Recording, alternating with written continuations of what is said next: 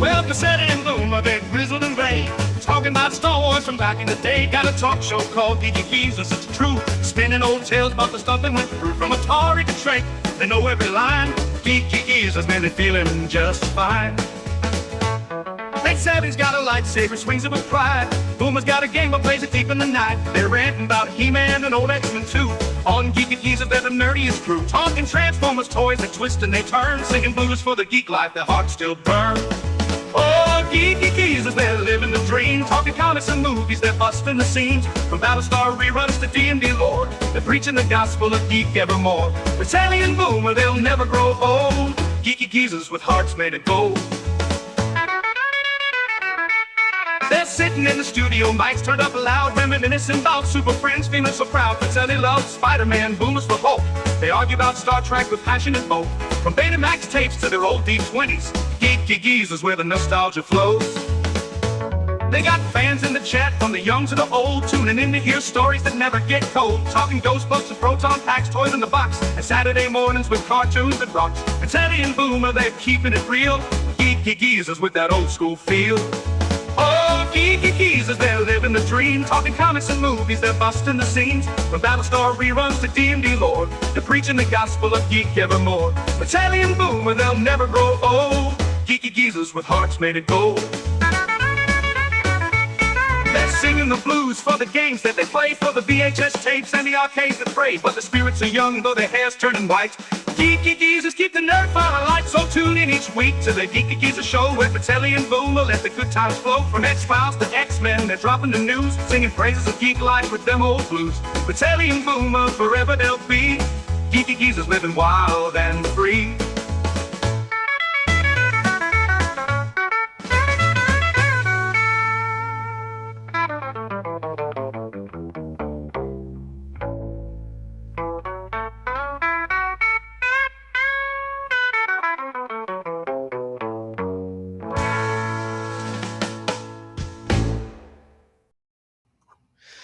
Nerd! Yes, absolutely nerds. That was from an episode of The Simpsons. I didn't do it quite justice, but that was Homer Simpson when he when he has to go back to school because they realize he doesn't have an actual nuclear science degree or something, or an engineering degree. You got to go back to college, and then he's like, "Cool, I get to go to college," and he thinks it's going to be like Animal House and things like that, where he's hanging out with the jocks and yelling at the nerds. Right. Well, and that particular gag was a pastiche from Revenge of the Nerds, which was another one of those college comedies. Yes, the one of the bully, the big dude kept saying nerd. Remember right. that? Yes. Big Al, hello geezers, have a great stream and wishing you and everyone a great week. Well, thank you, Big Al. It's always good to hear from you. Well, that's refreshing. At least nobody's calling us jerks. Chat is open to everyone, as long as you're mostly civil. I'll put it that way. Yeah, that's exactly right. We all can have heated opinions, but we're all friends, right? It's open to everyone who's a subscriber, but you can lose that privilege. There is that potential. Just saying. All right. Netters Network, welcome. Actually, you're in the chat. Hello, Netters Network. Hi. Good evening. How are you? What are you sipping on? There you go. I have a water right now because it's not Friday. Anyway, hello. Welcome to Geeky Geezers. I'm your host, Agent Boomer. This is my co-host, Pacelli. Hello. And our other co-host, Netters Network, the Geezette, who just said hi, but you can say hi again if you'd like. Good evening. Mm-hmm. Welcome, everyone. Yes, I don't know. It's a weird evening. We'll see what we get through tonight, but we will charge on. Frankly, that Netflix story you sent me, that could almost have been a Friday thing. But to be fair, I don't know how many of those are worth talking about. It's like I know reality TV shows and whatnot. I'm just like, I know. Well, and this is why sometimes I'll take something that we're talking about for Geeky Geezers and go, I think I'm going to use this for Liquid Lunch because I want to dig into it a little bit more than we're going to have time for on Sunday. That's fine. Yeah, if you ever want to take an article just to do exclusively on Liquid Lunch, let me know. I'm amenable. No. When I do that, my assumption is that we're still going to touch on it on Sunday because, sometimes I assume it's a different audience too. What's happening? Well, that will not be our good old days tonight. That was a show, right? That was a show that I really, really liked too. I like the theme song for that show, actually. Yes. No, Yep. because the bots are Oh watching. yeah, I got to be careful because The bots are listening. Exactly right. We can't be humans ourselves and just recollect about I a might theme sound song too much show. like an actual piece of music, and they'll hit us with a strike. Do you remember in what was it? Twilight Zone, the movie, when they started out and they were doing name that show, and they were doing the theme songs each show. Did they have to license those out to have Dan Aykroyd saying that at the beginning of the movie, like if he was doing the Hawaii Five-O theme? Yes, and Wow. and if you watch the closing credits, it acknowledges them. It when it talks about the music that was in it, and a lot of times when you read the credits, you're like, gee, I don't remember that piece of music. It was just something in the background or something that someone was singing or whatever, or humming or whatever. They cover all their bases with that kind of stuff. Yeah. Tired Midnight Blogger, welcome. It's because you're staying up past midnight. I'm sorry. Yeah. I'm kidding. Let me see. JPRPH1, welcome. Rosefire, welcome. We don't usually see you here live, but you always leave comments. Thank you for that, and welcome. Yep. I know I've been away for a while. Things have been rough. Still grieving over the loss of close relatives. I'm sorry to hear that. I'm sorry. Some people in our community. Yeah, we have lost members in our community. Yeah. It's unfortunate. Yeah. Be nice to each other while you can. Oh, no. PBS is going, wait, who will tell me how to think? Right, exactly. No, don't worry. We got social media for that now. There's plenty of people on social media that'll tell you what you should be thinking, regardless of whether or not they know what they're talking about. I remember when Bill O'Reilly got into a dust-up on NPR, and this was back in the day, and I never saw him as, like, I mean, maybe center-right, but I never saw him even as a right-winger, and yet they were still going after him because he wasn't, but... Oh, yeah. Zootopia, welcome. Welcome to the chat. Let's see here. Just Gerardo, welcome. Let's see here.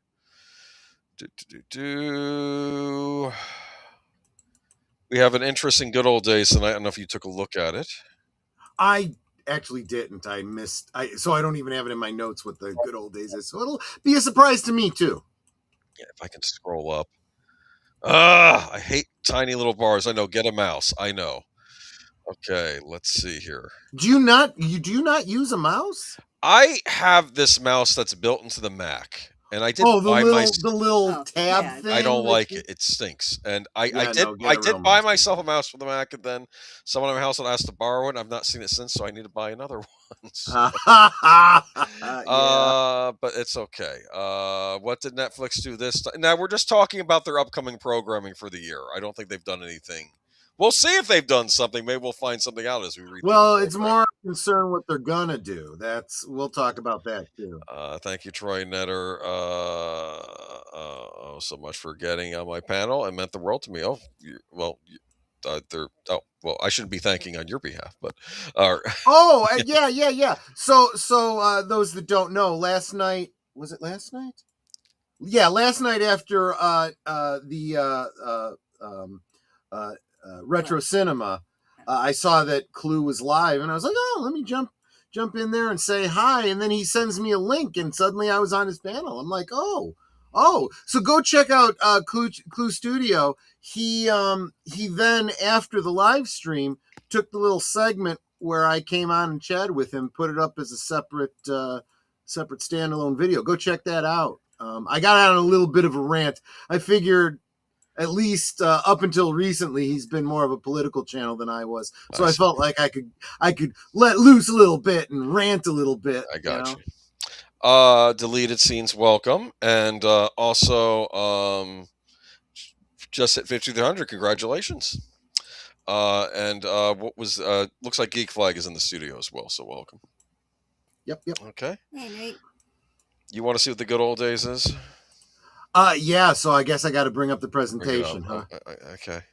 Because it ties into one of the stories. Wait, I might not have put the presentation up yet. This is this is from last week's. Sorry, okay. Give me That's a all moment. right. I will get it. I will That's get all right. it. I'll talk to Netter while you figure things out. How you doing, Netter? Yeah, I'm right. doing well. It's funny. I had mentioned on the stream that I was drinking a energy drink. We didn't go to bed till 4 in the morning. Yeah, we were up till Yeah. 4 in the morning last night. And it was Yeah. one of those things where, we're both like, we got into this rabbit hole of watching different videos, and I'm playing some games on my computer. And I happen to look at the clock, and I'm like, did you know it's 4 in the morning? He goes, no, let's go to bed. Yes. I went to a Cracker Barrel for breakfast today. I got the pecan pancake breakfast That combo. sounds Ooh, that good. sounds yummy. Yeah, pecan pancakes with sunny side up eggs and 2 sausage patties. As Nice. Gordon from Twin Peaks would say, I prefer the patties. Right? Yeah, exactly. They were all right. Probably should have gone with the bacon, but oh well. But I enjoyed it. I like pecan pancakes. They're very good. I used to go Speaking of to. the, Hmm? go ahead. Go No, ahead. yeah, go on. No, I used to go to Waffle House and we get the pecan waffle there. So I decided let me try pecan pancakes at Cracker Barrel, see if they hold up. I Yeah. have Mhm. this may not sound very healthy, but I have recently been getting because Netter likes it the breakfast sausage, Yes. and making the links, and Bob Evans. I realized that what you can do is you usually do them like about ½ inch, but they of course shrink down. Um, if you put two, so like twice as much, and really kind of squeeze them down and then fry them up, they're almost as big around as a bagel, so that you can have like a whole piece of sausage on a bagel with cheese and maybe some eggs. Yes. Yeah. Yeah. So like if you take the skin off, right, and then you just flat them down, right? Oh yeah, no, I don't even get the Oh, ones with okay. the skin. It comes in the plastic tubing. Oh, I This see. is the Bob Okay. Evans sausage. Like the Bob Evans type of stuff. Yeah. Well, I didn't go to Bob Evans today. I went to Bob Evans last week. I got I mean Bob Evans brand. It was a brand before they started restaurants. I right? didn't know that. I just saw that there Did was you the not? farm. No, Seriously? I go in there and I see the big picture of the farm. And anyway, And you do well until some woke DEI company buys them out and then decides to simplify everything and cheapen everything, and that's y'all, going to happen. You just watch eventually. y'all are making me want to cook a big breakfast for dinner tonight. There's, you could be having a bad day, but if you have pancakes, the day becomes better. That's what I say. Okay. Okay, we're up Or and running. I'm waffles. sorry it took so long. It's I fine, forgot man. that one little element. I was going to talk about how I finally got Dawn of the Dead on Blu-ray because I found it on eBay, and because Oh. apparently, yeah, go ahead. I always need you to remind me: is that the Romero ones or the funny ones with the eating the brains? No, you're thinking of Return of the Living Dead. So Dawn of the Dead is the Romero one from the '70s in the shopping mall, and that thing's Gotcha. been out Okay. of print. You know what? I'm letting it loose now. If y'all have been interested in picking this up on Blu-ray, it's more affordable on eBay than it's been because a bunch of Goodwills are selling them now. I don't know how they're doing this. Now, granted, $30, that's not a cheap Blu-ray, but it's not as horribly expensive as it's been for a while because apparently Richard P. Rubenstein owns the rights, and rumor has it, rumor from another channel, speculation. I'm not saying this is true, that he charges a lot of money to license that movie onto physical media, and that's why it's been gone for so long. It's just a rumor. I'm not saying that's the case. I'm sure there's another reason. If that is true, there is an interesting irony to that because of the fact that the original Night of the Living Dead, from which that is a sequel, had fallen into public domain for a long period of time, resulting in Romero not being able to make money off of it for a very long time, as it became a huge cult classic, which is why he went and he made the remake. And of all the remakes of all movies ever made, that's the one I support the most because it was the filmmaker just trying to get some recoup money his losses. Yeah, What happened, Captains? Found the Excalibur on Blu-ray for $8 yesterday. Got DVD, but Blu-ray is better. I found recently a combo pack of Snake Eyes and Face Off, both with Nicolas Cage, for $5 on a certain site. So that's not bad. Face Off, where him and Travolta switch faces. And did we say hi to Wallace Lang too? I don't want to miss nobody. I don't know if we did. I did. but- I don't have to worry about the loss of PBS NPR because I haven't. As time goes by, Doctor Who, Faulty Towers, Keeping Up Appearances, Monty Python, Yes Minister, Yes Prime Minister on DVDs. Why? Because always own physical media. Then they can never take it away from you. Let's be never, honest. never. Would you Oh. believe I've never seen Face Off? You've never seen Face Off. You should plan that for a Monday sometime. Maybe you could do like a Maybe I will. Nicolas Cage Yeah. voting. Face Off it was one of the big summer blockbusters of the year it came out. It was what we call a 90s blockbuster. Sure. Mm-hmm. So your mileage may vary on that, but it's Travolta and Nicolas Cage. They're facing off. I heard they did a good job of like being each other. They have to be each other in the movie, yes. Yeah. Because they You know? switch faces. Okay, Right. so- Exactly. That's complicated enough how that was done. Anyway, this is our good old days tonight. Oh, The Thing. Yeah. The first of Carpenter's 3 apocalypse movies. Yeah, I have one of the others. I still have to get Mouths of Madness. That's At Carpenter's. the Mouth of Madness. At the Mouth of Madness, and the second one is Prince of Darkness, which I do have Right. also. Yes, Have you seen all 3 of them? I have. It's been a while since I've watched In the Mouth of Madness. I saw that back in high school, so I need to probably give that another whirl. That one is of all the 3, it's the one that deserves the most rewatches for details. Interesting. There's a lot in there. 'Cause There's a lot of background stuff. There's a lot. Yeah. Well, you've dissected Prince of Darkness a lot, I've noticed. So I have. I yeah. really love that movie. That one. Now, I had seen The Thing before I saw At the Mouth of Madness. Yeah. I was aware of Lovecraft, but not real into it. But Prince of Darkness really launched me into that love of the Lovecraftian cosmic horror, kind of thing. It was my kind of gateway for that sort of stuff, which made me want to revisit The Thing. That has and one of so the forth. scariest scenes I've ever seen in a movie in Prince of Darkness when Alice Cooper comes out and he says, Mhm. is it him or if it may have been somebody else? And he says, I have a message for you and you're not going to like it. Pray for death. I mean, And then he just turns into bugs. yeah, he it's does just- turn. That's right. That's why I got confused because he turns into like a mass of bugs. But now we're talking about The Thing, an alien menace. Yeah. You see in the beginning of the movie, you see a flying saucer going over Earth, and That's right. This is one I did not catch during the 80s. This totally went. I didn't catch it on cable. I don't know how I missed it. When in the early days of DVD, when companies were releasing DVDs with special features and whatnot, Universal put this out as having audio commentary and a little making of featurette, which was rather cool. And of course, I was all about getting these things for the special features, so I picked The Thing. I'd never seen it before, and it became one of my favorite horror movies of all time. I think it's definitely my favorite. I do like Big Trouble in Little China, but this is up there with one of my favorite Carpenters. Actually, for the original Thing, starring James Arness and Thing for Another, I need to watch that. I always got when the doggos get mutated thing breaks my heart so much. Well, I think the reason it does that too, if you look at this movie, the dogs are also characters like the humans in this movie. Yes. They very much are. In fact, I give the dogs credit for the fact that the dogs knew something was up as soon as the Thing entered the room as disguised as the dog. They're like, something's wrong. Yeah. They're like, and no, this is not yet. that's first off, that's a narrative thing because it gives you that, intuition that dogs have that humans don't. Also, this is the payoff, right? When you care about the dogs, just like characters, right? Yes.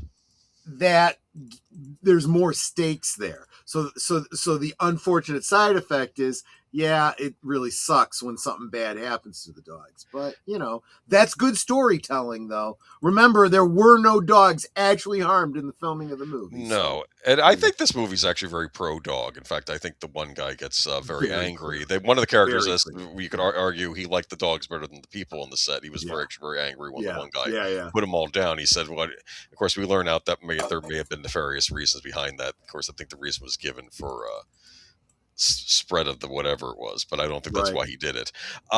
In the beginning of the movie, though, we do see one of those dogs running about, and a bunch of Norwegian guys in a helicopter shooting at it, and everyone's wondering why, and they don't get to find out because they start shooting at the Americans because the Americans are in there's a confusion thing, and then the Norwegians get killed, so they don't know what happened, so they go over to the Norwegian base and they find a bunch of stuff there. Oh yeah. They think it's cabin fever. Maybe they went nuts because they're in the Arctic, right? And yeah, exactly. They're not sure what happened here, but they know that the Norwegians discovered what looked like a submerged spaceship. Am I right? That was right. They took it out of the ice, but then they're all mysteriously dead. Yeah. And of course, So as we what learn, happens when you try buy ghost wood, Well, there's that too. But you got to remember too that, it wasn't until years later as you mature, you start analyzing these things a little bit more. You realize there's elements of this that you see in Alien. It's still the same kind of a thing where you have a bunch of researchers looking to study something and not realizing how dangerous it is. And in this case, it happens to be an alien that can take the form of anything it kills, anything it experiences. Alaskan Huskies. That's what the dogs were. Okay. Right. And Rosefire's not seen this movie, so we will try not to spoil it too much here. Okay. During this chat, but even if we did, though, even if we told you the ending of the movie, you'd still want to watch it over and over and over again, and you still go back and forth on what actually happens at the end of this movie. So here we got Kurt Russell is, of course, MacReady, our main protagonist. There are a lot of good actors in this, actually. Keith David is in this. The Quaker Oats man is in this. Yeah. It's a lot of various character actors are in this movie. Yes. But this is the scene where it's like, what's that noise? What's going on? I don't know what's in there. I don't know, but it's weird and pissed off. Whatever it is, remember that it's real creepy. And the reason I bring this up now, unfortunately, we do have a death of one of the cast to talk about in a little bit, but also because I think this is a great winter horror movie because it takes place in the Arctic. It has a very winter feel to it. Right. They even did. You got to remember. Yeah. The thing you got to remember about the Arctic is, the Antarctic. Remember, Antarctica is a continent. It's about the size of Australia. It's huge. There is land underneath all of that ice, but it is at the South Pole, and so it is literally frozen all the time. And even in its, in quote, summer, you just get a little bit of thaw of some of the ice around the shores, but it is freezing all the time. There is no, I take that. I was going to say there are no land animals indigenous to it, but that's not true. There are. They have to be amphibious. So for example, there are penguins that live in Antarctica that live off the fish. But there you go. By and large, there isn't a lot of life there. There's definitely no plant life, and you go for 6 months of day or 6 months of night. You don't have the sun go down for half the year. And this is that's always don't even start that flat Earth bullshit. Okay. I know what you're getting, you goofball. Yeah. Anyway, so this is an all male cast, all men. They considered putting a woman in like the original, but they thought it would be interesting, the dynamics of just men bouncing off each other. This is a weird group. I guess these are scientists or they're doing something with this post. I don't know if they're studying things weather or something down there, and you have different people like McCready. He's the helicopter pilot. If you have to get out of there, he flies your way. Yeah. There are scientists there. There's a cook. There's different people there to maintain this facility. And yeah, oh yeah, it's a very good film. Yeah. I need to rewatch. I need to watch the original at some point. Which Carpenter, of course, loved the original, because back then people would, when they said I'm a big fan of this movie, they meant it. And this is more like a companion picture, This But yes, Charlotte indirectly brings up something that I feel elevates this original film so much. She says, I enjoyed the prequel film of The Thing from 2011. Not the same, though, with Nope. the CG for The Thing, though, but still good story telling and casting. What was great about the original Thing was that, and when I say original Thing, I'm talking about this one. I know it's a remake of The Thing from Another World, but they're almost two completely different movies. Yeah. So when I say the original Thing, I mean this one. But the 2011 movie, I think most people have heard this. All of those special effects were originally done with practical effects. Yeah. And then they decided to go in and do CG over them. Yeah. This happened with So they that. literally Yeah. ruined it. They did that also with the Fright Night remake, the one with David Tennant in it. Oh, for F's sake. That one also had practical effects in it, which they also CGI'd over. And I'm kind of curious because that movie might have been upgraded in my mind had they Yeah. not gone with the CG. I might have, because they even said they were going to try to do practical, and I was like, well, I don't see practical when I watched it. Look, here's my point has always been, if you look at Jurassic Park, that's a great example of the right tool for the right job. It's okay to use CG. It's okay to use practical, but know when to use both and use them right. And sometimes using them in conjunction is the best way.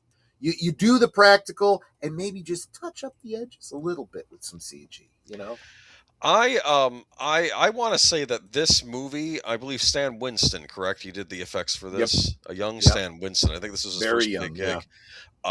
This, in my opinion, I thought this at the time of watching, and I think I still do. I think this has maybe the best special effects I've ever seen in a movie.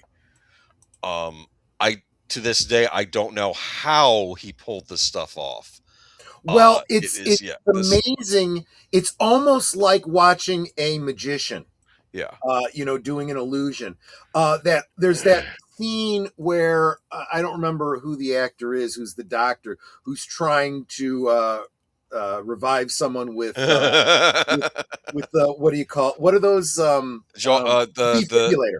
He's got defibrillators he's going to put into the guy's chest, and as he goes to put them on his chest, the chest bursts open with the ribs kind of being like teeth. Yes. And clamp down on his arms and bite his arms off. Freaked out. Yes. The whole thing was a practical shot with the actor having a, in quotes, stunt double who was a double amputee. He didn't have any arms. The arms were fake.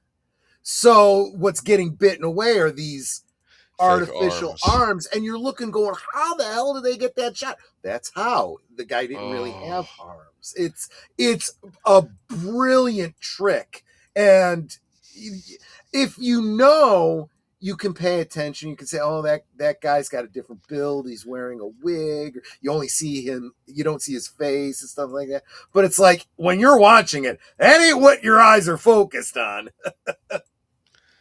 Oh, I even introduced the thing to friends of mine, and they loved it. They were so excited. That's one of the things about watching your favorite movie with a friend. It's almost like experiencing it again for the first time. Yes, that was Stan Winston, without a doubt. Absolutely. Yeah, no, and that's what I'm talking about. Some of the effects in this were never done before. He was literally making them up on the set. That's the scene I was just talking about, wasn't it? Well, that's the outcome of it. This is him examining. I think this is the doctor examining what was left of that dog thing that they fried. Because apparently you can torch this thing. You can use a flamethrower on it. So there you go. If you want to use a flamethrower, you're good to go. This thing is not easy to kill. Okay, right? It's not, but it doesn't like fire. That's another one of the. I think that might be when it's disguised as one of the people, because of course it can hide inside an imitation. Yep. The thing about this movie is there's a psychological aspect, because you're seeing all these guys and you're thinking, which one of these guys is the thing? And it so Right. perfectly imitates the person. Do you understand that you don't Yep. know even in the audience who's the thing, right? It's like this. Yep. It's freaking me out here. There's our main group here. I think the cook there, I don't know I think he's on the far right. There's a funny line in it when the Norwegians are shooting and they says, maybe we're at war with Norway. Yeah, exactly. The United States. And then there was some guy when they just got the station. Which is funny, because we might be going to war with Denmark soon. Oh, that's funny. Yeah. What was it? Like when they find out about the UFO and the one guy says, "Oh, Washington knows about this. They've been dropping out of the skies all the time. They taught the Mayans everything they knew." Yeah. Just there's some good humor in this movie, despite the fact that there's all this horrific stuff going on at times. Let's see. There's McCready, great. Kurt Russell, great performance here. How cold do you think it is out there? I don't know. 1. I know it's not this movie, but still. There's a creepy scene in this where McCready says, "I have to go check on my cabin," and he says, "The light's on," and he says, "What difference does that make? I didn't turn my light on when I left it, so like someone's been to my cabin." Do you understand? So he was, and you're wondering, well, wait a minute, what's McCready going into, and what's going on? And then it fades to black, and like it's like 2 hours later, like what's going on? It's like, so again, with the practical effects, I wanted to speak to this too. Big Al talks about the spider legs growing out of the head, freaking him out. Let's find it. You have it? There you go. There you go. Well, didn't want to show whose head it was, so we'll leave it alone. This was another practical effect that they did incredibly well. The legs growing out of it. What you're seeing here is where it started, and they pulled the legs into the back of the head through the floor, and then they showed it backwards. And you notice it because there's some smoke there, and it moves in a way that it's kind of backwards. But they did that so it looks like it's growing, and they reproduced that same effect on the skeleton growing in Hellraiser. Oh, interesting. So kind of a similar premise. Yep. What I thought was interesting, I think one of the guys says, "You got to be effing kidding me," when he sees the head crawling away. Because that's the thing, you can get rid of the body, but if it jumps, if the head separates and then it goes, it's because the individual pieces, the individual pieces actually are still the creature. It's like an invertebrate where you chop it in half and you end up with 2 of them. Troy, I always believe the reason that the ship crashed on Earth was because the alien pilot knew he got infected and tried to end it. That is strongly implied. Ooh, that's interesting. It is strongly implied that that this was what was happening, that he wasn't trying to infect the planet. He was trying to destroy himself and the creature, because there was no other way. I didn't even think about that. Whoever was piloting the craft might not have been the it thing. It might have been an intelligent alien that got infected by whatever this Which thing is again why I draw the comparison to aliens. Being the pilot race was not the alien. It was the host, the previous host before the humans got infected. Going back though, and of course we have this. Freaks me out. Look at that. Yeah. It's like, what are we doing here? Okay. Well, you have a good night, Rosefire, and definitely check out The Thing. Yeah. Take care. Good, she's gone. Couldn't believe it was McCready all along. I'm joking, of course. It's not McCready. In fact, the film makes don't know. Honestly. No. There is no way to spoil this, because you honestly don't know at the end of this movie. Carpenter said it wasn't that. He was trying to lay it out so you wouldn't suspect McCready. Now, maybe you're right. Maybe you don't know. But if in his mind, he was trying to set up you didn't suspect him. Yeah. I think, because I have watched a number of videos where people try to map out step by step where the creature was, who it had gotten, who the victim was at any given time, and so forth. And I'm like, you know what? I'm not even sure that the filmmakers put that much thought into it. I think it was just we know what we know where it starts, we know where it ends. All the details in the middle kind of really don't matter. I need to I need to play that game I got. They remastered the Thing game for the PlayStation 2. Yeah, I heard They some good things remastered it, about it. and I need to check it out because it almost treats itself like a follow up. Like you're the team that goes to investigate what happened to this Antarctic base, and Yeah. I'm kind of curious. See, I got so many games now. I got this puzzle of flesh that I gotta get through. Thank you again, by the way. Oh yeah, that's right. Yes. For his birthday, I got him Phantasmagoria and Phantasmagoria 2 on Steam. You never played Phantasmagoria, did you? The original? Not the first one. I had the second one. Yeah, I never got through it, but I did have it. Yes. The second one was done by an apprentice of Roberta Williams, which it kind of makes sense. It had that kind of feel to it. Yeah. She liked it, but the reason she didn't make the second one is because apparently the original Phantasmagoria was so taxing on her that she needed a break after it. I would imagine it was an immense undertaking when they made that game. It's one of these games I really want to play someday, but I got. It was at that time period where they were just starting to do. I mean, it was the computer graphics version of rotoscoping. They actually had actors come in and film scenes as if they were making a movie, and then they would digitize it into the game. Yes. Oh, Enigma, you didn't like Alien Covenant? Don't get me started on Alien Covenant. I like Fassbender in that, but I'm getting off track. Sorry. All right. But I guess that wraps it up for The Thing. Do check it out if you've not seen it. Good horror movie for the wintertime, right? I suppose, yeah. It's a Christmas movie, right? It's not a Christmas movie. There are enough horror Christmas movies. You don't have to lump this one since there's no mention. And to be fair, who knows? This could be taking place in the middle of summer for all we know. It's just in the middle of July, but it's in the end. It's in the Arctic, so what does it matter, right? But actually, the fact that it's dark the whole time tells you what season it is, but I don't remember what season that makes it, to be honest. I don't know. There is some light in some scenes, but yeah, you're right. It's not good. Yeah. So unfortunately, we do have an In Remembrance this evening, it is one of the actors from The Thing, and many other things. Actually. Oh yeah. No, veteran actor T.K. Carter, who appeared in the horror film The Thing and Punky Brewster on television, has died at the age of 69.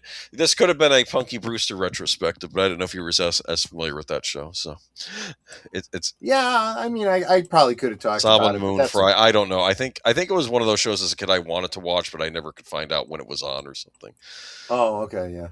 Carter was declared dead Friday evening after deputies responded to a call regarding an unresponsive male in Duarte, California, according to the Los Angeles County Sheriff's Department.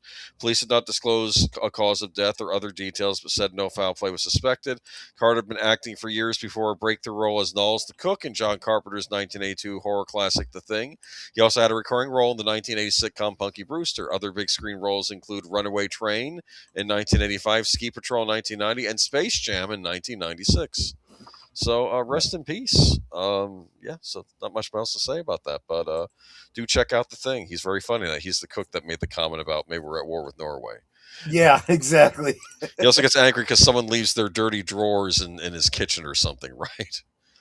And that was probably when they started. I can't even imagine what life has got to be like for people. There was, I don't know, you can look it up on YouTube. People have done videos about this. There was a guy who died in Antarctica, and they're not sure if it was a murder or a did it to himself kind of thing. Mm-hmm. And it's a very, very weird case. I mean, just that kind of stir crazy gets you. Yeah, I understand that. But anyway. Yeah. It's you don't like being confined, right? Right, exactly. Right. And the lack of stimuli, and your circadian rhythms are all completely Well, and the off. thing they had some guy was smoking a doobie, so you had some Well, that can help. That can help. Sure. Yeah. and they were watching tapes, like VHS tapes of game shows. I noticed when they were doing that in one scene. You know, I'd already seen this one. They took it out and put another one in. Because what else are you gonna do, right? I mean, Right. Okay, and Stanley Kubrick has passed away. I'm shocked he made the. Oh wait, never mind. Sidney Kubrick, 97. I was gonna Sorry. say Stanley Kubrick's been dead for years. I was about to say, was Stanley Kubrick also in The Little Rascals? So, yeah, Sidney Kubrick, who portrayed the bad boy known as Wallman R. Gang comedy film shorts in 1930s, has died. He was 97 years old. Well, that's a good long life. Kubrick died Saturday at a hospital in Northridge. His daughter, Jane, lipsick, told the Hollywood Reporter. Kubrick appeared in about 24 R. Gang Little Rascals films made at Hal Roach Studios from 1935 to 1939 as Woim, yeah. That that's like Brooklyn Worm, yeah. Oh, that's what. Yeah, Brooklynese for Worm, which was he was the hench kid for the neighborhood bully Butch, Tommy Bond. Right. Which honestly, I swear that character, those two characters, I should say, became like archetypes. Which you very much see in like movies like A Christmas Story. A Christmas Story, yeah, exactly. Yes. or sometimes cartoons where you got the big bulldog and the little yip dog. You know, it's that kind of an archetype. You know. It was a grind making those shorts, he told Nick Thomas in a 2023 interview. We have 2 hours of schooling in the morning and then work anywhere for 6 to 16 hours until we finished, he said. There was a lot of work, no question about it, but our director, Gordon Douglas, was a terrific guy, and he was really able to get a lot out of each kid. Okay. Cool. Yeah. All right. Well, rest in peace. I need to rewatch those Little Rascal shorts. I'm not as familiar with those. They are wonderful. Yeah, they really are wonderful. Big fan of the Three Stooges, though. We still watch those a lot. But rest in peace. Yep. I guess we could have done a Little Rascals retrospective, but I'm just could have. Yeah, there's only so much time in the stream. We can only do so much. Is he the last of the R Gang actors? That's a good question. I don't know the answer to that. I would suspect he is, but I don't know because 96. Yikes, that's a long time. Yeah. Okay, and now we move on into gaming. Phantasmagoria. You know, someday you should try to do a Let's Play live of Phantasmagoria. Yeah, no, probably not going to be doing that because I don't go on Twitch when you move over to Twitch, right? Well, I'm joking. Well, I don't know what the rules are over there on Twitch. I just know that on YouTube they'd be like, "Yeah, no, that does not meet our community guidelines." Apparently there are no oh, I forgot, those games are a little risque, aren't they? In fact, I think one of them got banned in some country, I think, right? Games. What I remember was some pretty heavy duty. I mean, the kind of violence we were just talking about in the thing, you know. I mean, so which surprises me that Roberta Williams, but she okayed all this. So I guess she was, we're going full on horror with these. I honestly think though that what she was doing was she was trying to push the envelope of what could be done with video games, you know, which, you know, you wouldn't have a lot of the stuff we have today if it weren't for those kinds of pioneers. Oh yeah. You know, I love Spoonie's playthrough of the second. I'll have to look for that. Thank you. Moving on to gaming, though. Final Fantasy Tactics, the Evilus Chronicles. We used to always pronounce it Ivalus, but I think it's Evilus. And I thought this was an interesting little story. Final Fantasy Tactics, the Evilus Chronicles, has beat sales expectations of the original's director and sold over 1 million copies before the end of 2025. And the remake director said its positive reception could lead to future updates. If you ask me, aside from Donkey Kong Bonanza, no game enamored me quite as much as the 2025 as Final Fantasy Tactics, the Evilus Chronicles. Sure, it's technically a game from 1997, but the improvements and enhancements made to it, namely an incredible cast of voice actors bringing the characters to life. They all sound very British, if you played in English, as well as a fully remade version of the classic PlayStation 1 game, once thought lost, made for what is undeniably one of the best remakes of 2025, and I'd argue one of the best games of 2025. I got this for Christmas, by the way. Nice. Clearly enough, people agreed, as Square Enix has announced that Final Fantasy Tactics: The Evilest Chronicles sold over 1 million copies as of the end of 2025. In a press release translated by Games Radar Plus, game director Katsutoyo Mihiro says, "I want to thank you from the bottom of my heart. Truly, thank you so much." Now, I want you to listen to this, Square Enix. You Yeah. basically re-released this old game and you left it alone. You even got the original director back who made it back in the 90s to supervise this remake, and it was well received by fans and it sold money. See, when you give people what they want, they will buy it. Right. You mess with things, then they don't buy it. So please keep this in mind for the future. But I think I had to say this though. I also had another thought as to why even younger people, a lot of people buy retro games now that are remastered. You don't have to worry about DLC. That's a very good point too. Even if they give it, even if there are updates where they add stuff, it's free. They don't charge you when it's a retro game, which I thought, which just dawned on me. That's true. Yeah. But And most of the time, you also don't have to worry about bugs. Bugs have already been fixed. yeah, that's important, but not always. But yeah, sometimes new bugs appear. Well, I was going to say, usually, even if the bugs haven't been fixed, some fan has found some sort of a workaround or a custom DLC.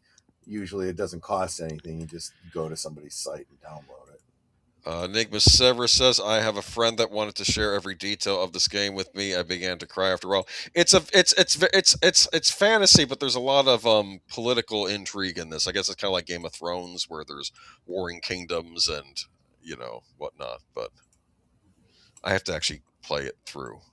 But like, there's like the aristocracy versus, you know what? I'm not going to try to. Yeah. It's very political, kind of like, and I guess there's deaths of, Anyway.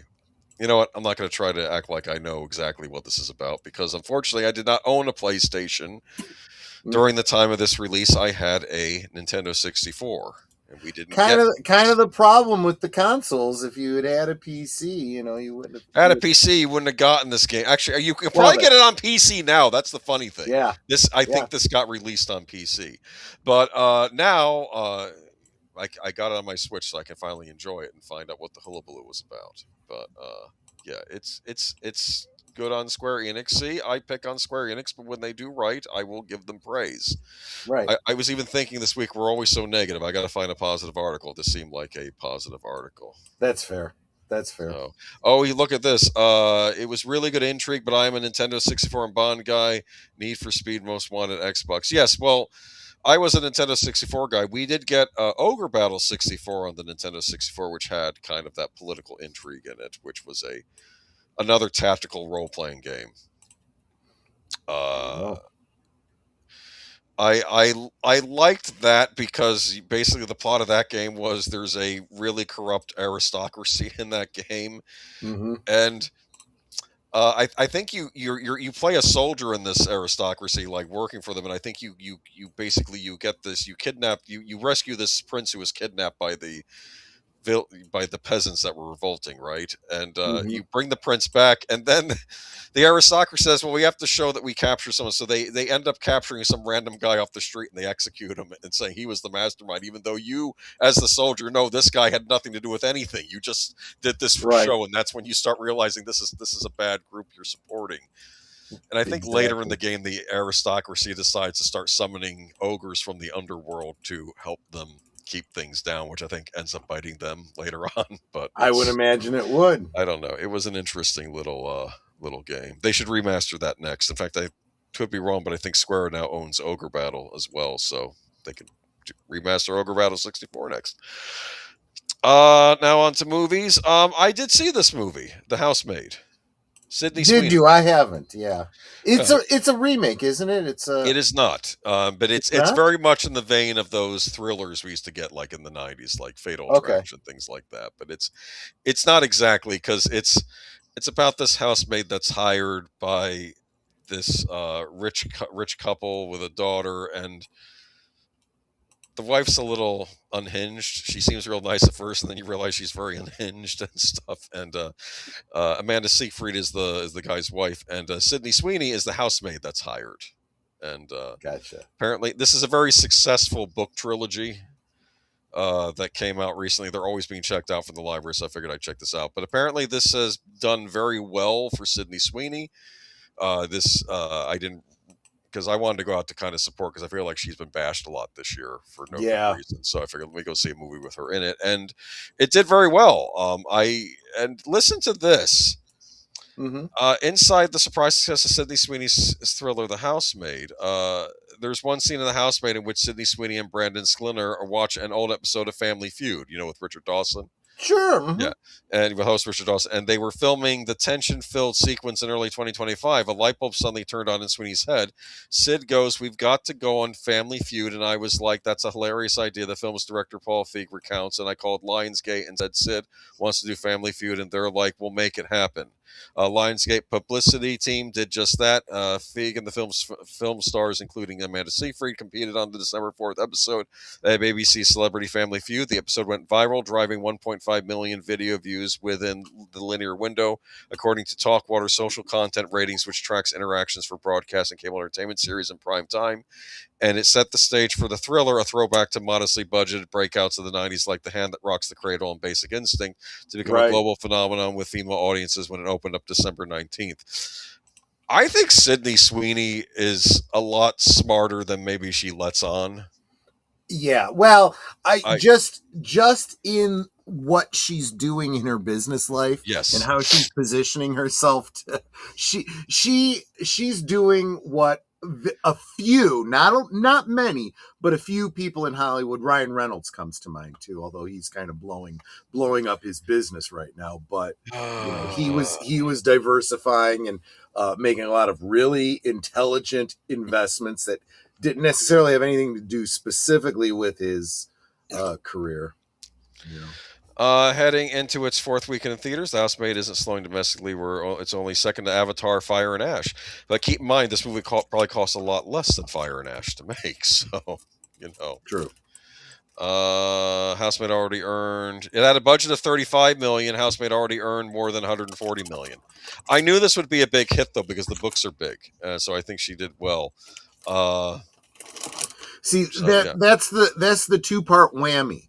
That can really make something a success. If you're basing it on a book, first, if the book series is well-known, well-liked, has a great following, that's huge. But then you got to follow up with, you better be honoring that source material. Otherwise, you're going to piss off the fans, and it's not going to do well.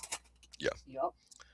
I went in The Housemaid without knowing anything. I really enjoyed it, and I think a bachelorette party came when I went. It was packed out with a bunch of single ladies. All the single ladies. You went to the wrong show, it seems. But actually, to be fair, anyway. But no, I'm glad it did well, and I'm glad that she's having a good year, especially after that whole thing with, we didn't even touch on that thing with Ruby Rose and everything else with the boxing movie she was in. So right, and of course the American Eagle controversy, which they kept poking at her on. And let's see here. And Lionsgate green lights the Housemaid sequel for 2026 production. Start Sydney Sweeney eyeing to return. Yes, she's going to star in it. She's probably going to get a pay hike too. Amid box office success for The Housemaid, it's Frida McFadden thriller starring Sydney Sweeney, Amanda Seyfried, and Brandon Sklinner. Lionsgate is moving toward a 2026 production start for a sequel, The Housemaid's Secret, based on the second novel, McFadden's best-selling trilogy. The project has been in development for the past few months, with Sweeney eyeing to return and star and executive produce. See, she's producing. And co-star Michelle Maroney also looking to reprise. It's expected that Paul Feig will return to direct. Well, hopefully that won't stop it from being decent. Okay. Well, no, see, a lot this of people might be his bag, not Ghostbusters. That's the thing. That's exactly it. He was the wrong person for that Ghostbusters movie. I'm not blaming him. He was very clearly trying to do something that I guess you would call it like a parody of it, but it wasn't billed that way. It No. was billed as a remake, which, again, understand your audience and understand the viewing public. Nobody wants remakes of things anymore that they loved. Yeah. Don't do it. That is a recipe for disaster. And he did not respond the way he should because he didn't understand what was happening and why he was getting the response he was. And then the women in the movie certainly didn't help him in any regard. Disastrous. So A deep dive on that Ghostbusters movie, but I actually have to watch it first, because I've avoided it. Have you seen it? I have, now that I think about it. It was not good. It's based on a book series, so a possible franchise. Well, definitely a movie trilogy. And Frida McFadden's done a lot of other books too. She does a lot of thrillers, so it's maybe we'll see a return to the Hollywood thriller. Granted, there've been a lot of bad Hollywood thrillers, but I kind of miss them, so I welcome them back. So Sydney did really well. Amanda Seyfried was pretty good with her character as well. Yeah, I mean, it was. I like to actually see movies around the holidays, and the trouble is, Disney comes in with one of the big blockbusters, and suddenly all the other studios shrink and run away, and they don't want to put it on theaters. And well, I think that's starting to change, though. Yes, I do think that other studios now are starting to go, yeah, I don't think Disney has the chops we think. And you're starting to see, we talked about it early on when some of the other studios were just going blatantly up against them with complete apathy. Yes. And I think that their stranglehold is very much shifted. What are they going to do next year? I think it's going to be this year. I think this year's holiday movie in December will be Avengers Doomsday, correct? If I'm not mistaken, that's not a summer release, right? That's a fall release. That's a and that's another one that the release date on that, other studios are eyeing and going, yeah, we don't think it's going to be as big a problem for us as Disney thinks it is. Why are they doing that one in holidays? It would have made more sense to release that one in the summer and then to release the Mandalorian movie at Christmas time. I'm not even saying either are going to be good, but I think those might balance better with I don't think either is going to do well, so I don't really think that when they release it is going to matter. I think it makes a difference, though, because I think Solo would have done a lot better had they released it during the holidays at the year of release. I think they release it in the summer, and summer everyone's throwing their blockbusters out, so who cares? But I think people get scared of Star Wars. I don't know why. I think other studios, they still think it's something they don't want to. I think anyone paying attention is no longer afraid of Star Wars. Maybe. All right. Moving on to movie theaters go public with effort to stop Warner Brothers sale. Yeah, I thought this was interesting. I got a lot to say about this. I might go on a little bit of a rant here. Movie theaters go public with movie theater chains are bringing their opposition to any sale of Warner Brothers to Capitol Hill. We are deeply concerned that this acquisition of Warner Brothers by Netflix will have a direct and irreversible negative impact on movie theaters around the world. Cinema United, the largest trade organization representing exhibitors, said in written remarks sent on Wednesday to the House Judiciary Subcommittee on the Administrative State Regulatory Reform and Antitrust, as it is set to hold a hearing on the potential acquisition of Warner Brothers. Such an acquisition will further consolidate control over production and distribution of motion pictures in the hands of a single dominant global streaming platform in a market that is already highly concentrated, added the group led by CEO Michael Learley. Okay, so far I'm like, okay, they're afraid of Netflix. I understand that. Mm-hmm. Frankly, I think that the theaters, theater chains, heads of them, what have they been doing the last 5 years? I felt like they needed to be really proactive on this, and I don't think they were. I think we've been seeing the writing of the wall. I don't know why they haven't been doing more. That's my opinion. I mean, I agree with you, but ultimately, it's at the point where they got to do something. They better start moving. So but when that day and date stuff happened with Jason Killar, that's when they should have that was their warning, and that was back when we first started doing these streams back in 2020. So I don't know what they've been doing since then. As Paramount and Netflix continue a heated battle for Warner Brothers Discovery's largely over the price tag and deal terms, the movie theater owners told Congress that Netflix's business model does not include theatrical exposition, and Paramount acquiring Warner Brothers would dramatically increase market consolidation after earlier rounds of mergers and acquisitions. If Paramount or another major studio ends up displacing Netflix as the buyer, our concerns are no less serious. A combination of Paramount and Warner Brothers, for instance, would consolidate as much as 40% of each year's domestic box office in the hands of a single dominant group, the trade organization wrote to Washington, D.C. politicians. I'm sorry. Mhm. Not compared to Netflix. Paramount still believes in a theatrical model, so this is not as bad as Netflix. I understand their concerns, but another big problem why this is happening is Warner Brothers is heavily in debt and they have to sell. I don't. I originally thought when Zaslav came aboard he was meaning to reform the studio, but no. I think the problems of Warner Brothers were already there when he showed up, and I don't. It's incredibly insidious when you really look at it in hindsight, Oh yeah, because you realize that Zaslav knew what he was getting into, wasn't coming in to try and fix anything. He was coming in yeah. to To fatten the liquidate calf. and make money for himself. Yeah, fatten the calf for the slaughter because it can't produce kids. I don't Yep. know kids anymore. That's basically what it looked like. Yeah. That's what it felt like. And granted, this is just my speculation, but I I don't think they were. I think Warner Brothers has been in trouble for a while, and I think it's sad because they were one of my favorite studios, and it's sad. But I don't like them trying to equate Paramount because at least Paramount is a studio. Right. And yeah, they're going to get a lot of properties, but maybe other studios can then rise up. New studios can rise up, and they can compete, and vice versa, and all that can happen. Netflix gets this as directly it impacts your business, whereas a Paramount gets this. I mean, I don't quite understand what his concerns are with Paramount, that they're going to bully them or something. Well, the whole situation here is that the studios look, somebody has to speak up and say, look, we have antitrust laws for a reason. We need to enact them, and these are the grounds that you sue under. There's this whole concept of standing, right? I can't sue because I can't sue somebody who wrongs you because they wronged you. You would have to sue them. You have the standing. I don't. I think it's bull. I think that if you believe in justice, justice is justice regardless. We all have an interest in seeing the law upheld, but who stands to lose the most from this? I think there's a very good case here, and I think this at least stands to go to trial. So it'll be interesting to see what happens with that.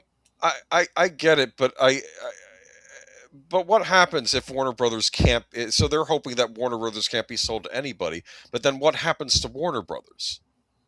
Because they're the same thing that happens to any other company. Dying should not be your primary option. You need to fix the problem, get healthy, get the problems done. Or go out of business. Or go out of business, yeah. But and if you mismanage your business, damn, that's just too damn bad. So basically, you're saying is they shouldn't be selling because they should just be going under, and they're trying to get a fat paycheck over the fact that they failed. Exactly right. And yes. Here's the problem. You can't fall back on, we'll sell and just, make bigger and bigger corporations that can crush all of their competition. Okay, I get this argument. That should not be the option. Yeah. I understand. That makes sense to me. Yeah. I guess I was just getting annoyed by this guy because I'm thinking Paramount is still better than Warner Brothers. Paramount isn't ideal either, but at least the back catalog would survive. They might even do better releases than Warner Brothers did on DVD. Paramount does believe in physical media. I've always said this about them. I may not like their Star Trek shows, but they do release them on physical media. Even the stuff they license out to Amazon, like Reacher, they will put those on physical media. Right. So they're not bad like that. and even with the theatrical, I remember going to see Mission Impossible and Sonic the Hedgehog 2 in theaters, and they would have the actors come out and actually thank the audience and say, thank you for supporting this, coming out to the theater to see this and supporting this movie. And I don't know why other studios weren't doing that, because they're basically thanking the audience, saying that, you are important to us. And that was Paramount doing that. Because sadly, there's too many studios that look down their nose at Yeah. people and go, you just need to consume what we give you to consume.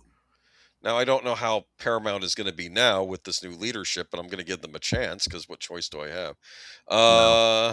Then they would be the best potential rival for Disney. They probably would be, yeah, because they would have all this stuff. But frankly, I want them to get Star Trek under control, because I hear you. they just released that the Starfleet Academy show. You know what the kills me? A Starfleet Academy show could have been a great idea for a Star Trek show. Well, if it had been done years ago when Yes. they originally pitched it, it became something so removed from anything actual Star Trek that it's now just laughable. Because they did a couple episodes of TNG where they showed Wesley at the Academy, which I thought were interesting episodes, and just no. And that was one of the places where they were considering doing a spinoff. There was also I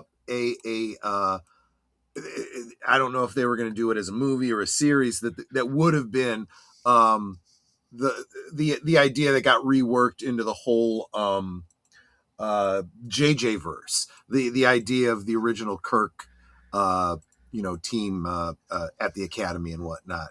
And it's like, you guys really just missed the window on all of that stuff. Yeah, they did. We got that brief scene of him beating the Kobayashi Maru in the Abrams Star Trek. Yeah. Agent Moore, would you say that Paramount, it was paramount of them to make the fans their utmost important? It's just respect. Keep in mind, going out to a theater these days, especially when, frankly speaking, you can find alternative ways of watching movies. Not that I suggest. Well, I told you I was over a friend's house. And I'm like, he's going to a certain site, and I'm like, how are you able to stream this? This isn't even out in theaters over in North America. Yeah, yep. Like, oh, it's somewhere over in Latvia or something is hosting. Yep. And it's like, so you want to treat your paying customers like they're patrons, like we are patrons of the arts, and we'll support you if you give good product. Just do that. Moving on. Yeah, it would be nice. The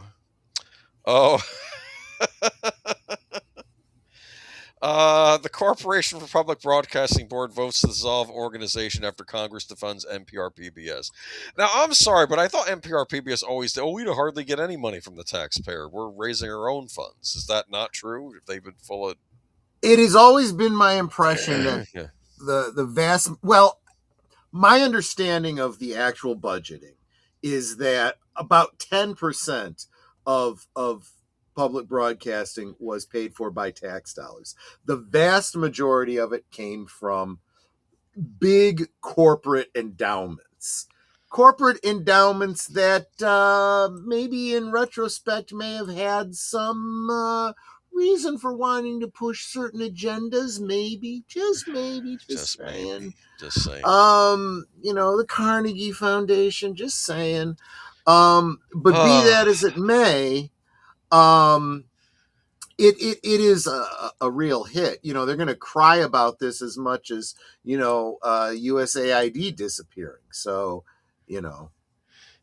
The Corporation for Public Broadcasting announced its board voted to dissolve itself after 58 years as an organization after Congress voted last year to pull federal funding allocated to NPR and PBS.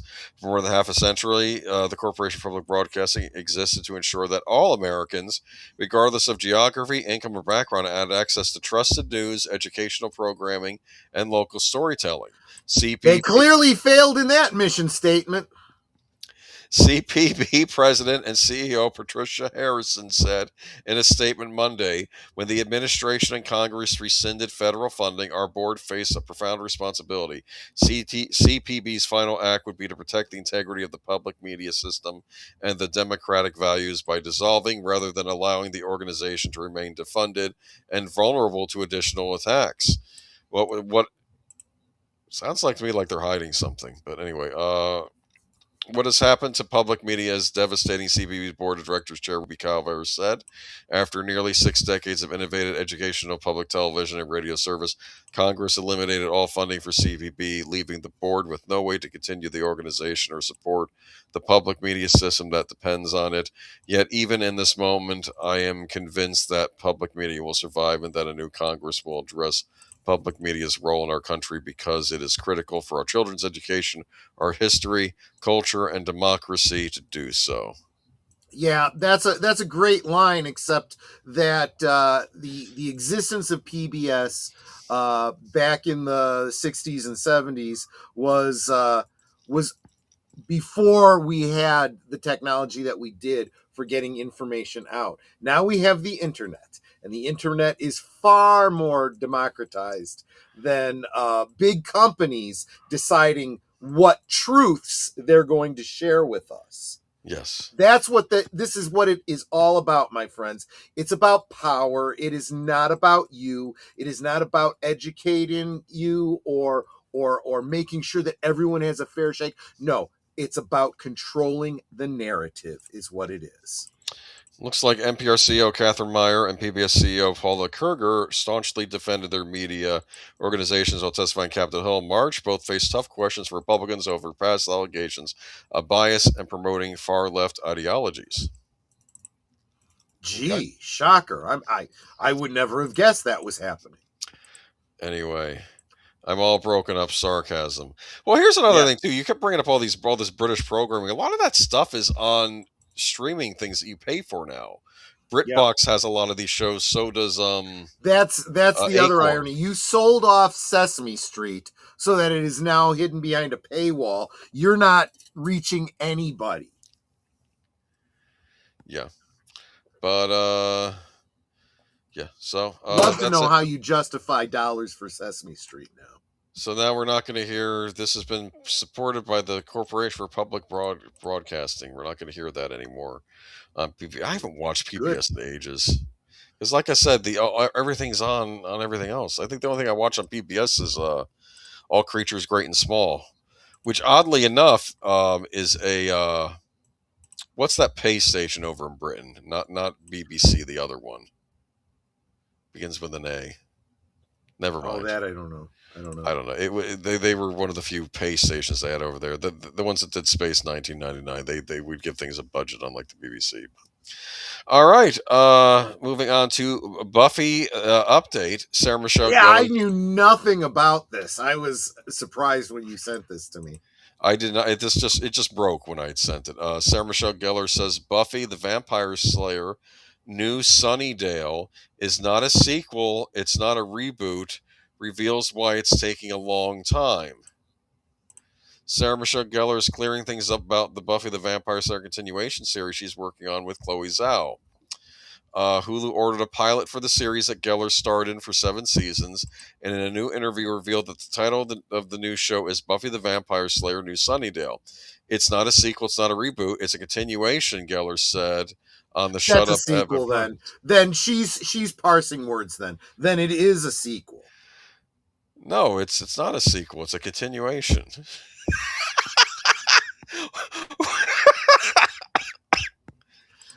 Yeah. Just like Star Trek 3 wasn't a sequel, even though it says it was a continuation because it says the human adventure continues. Right, exactly. I'm sorry, I don't understand. That is the most ridiculous thing I've ever heard. A sequel is a continuation. I know. That's what it is. Gellar said the series will answer the questions of where Buffy is now in this world and what is this world that Buffy lives in with her and without her, adding, so it's not a reboot. It's not a reboot. It's not picking up with all the same characters right away.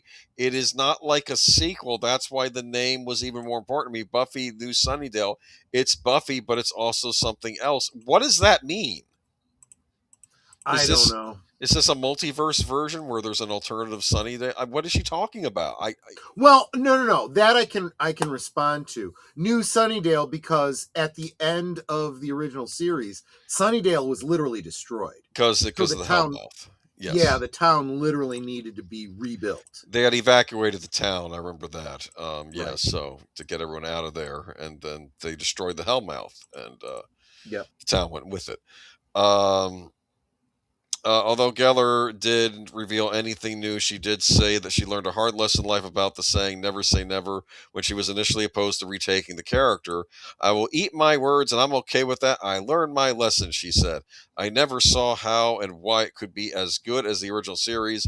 I'm not trying to be better. I just want to hold and honor the memory of what we created." Can I translate that for you? Yeah. I said that I would never ever do this again because I was sick and tired of being typecast, but now I haven't done squat in over 2 decades and I want a paycheck. So, yay, let's get pumped up about this. I think she was on some Non-sequel continuation. I'll tell you another problem with that, not being a sequel but a continuation. How is it going to be a continuation if Joss Whedon isn't involved? Tell me that, Blondie. He's on the outs because of the whole dust up with the Justice League movie. I understand, but then it's not a continuation, is it? Because it was his story that he was telling. Which these people have don't even get me started. But Chloe Zhao, I think she's the one that directed the Eternals for Marvel, right? Yes, which was such a great success. Looking for more from her. Does anyone talk about the Eternals anymore? Did that make a blip in the whole Marvel thing? It came and then no one. It was an insult to Jack Kirby. Okay, all right. Or the memory of Jack Kirby. I mean, he didn't care. He's dead. Okay, I'm just trying to be better. I just want to hold the honor, the memory of what we created. I know sometimes that memory is conflicted for people about how they're supposed to feel about it. But a lot of people, that's her taking a poke at. No, she's taking a poke at Joss Whedon. Oh man, she's trying to pull some #MeToo cred here, because that's all it ever was. It never really was about addressing real problems. It was just poor me, poor me. Let's all focus on me and give me power in Hollywood.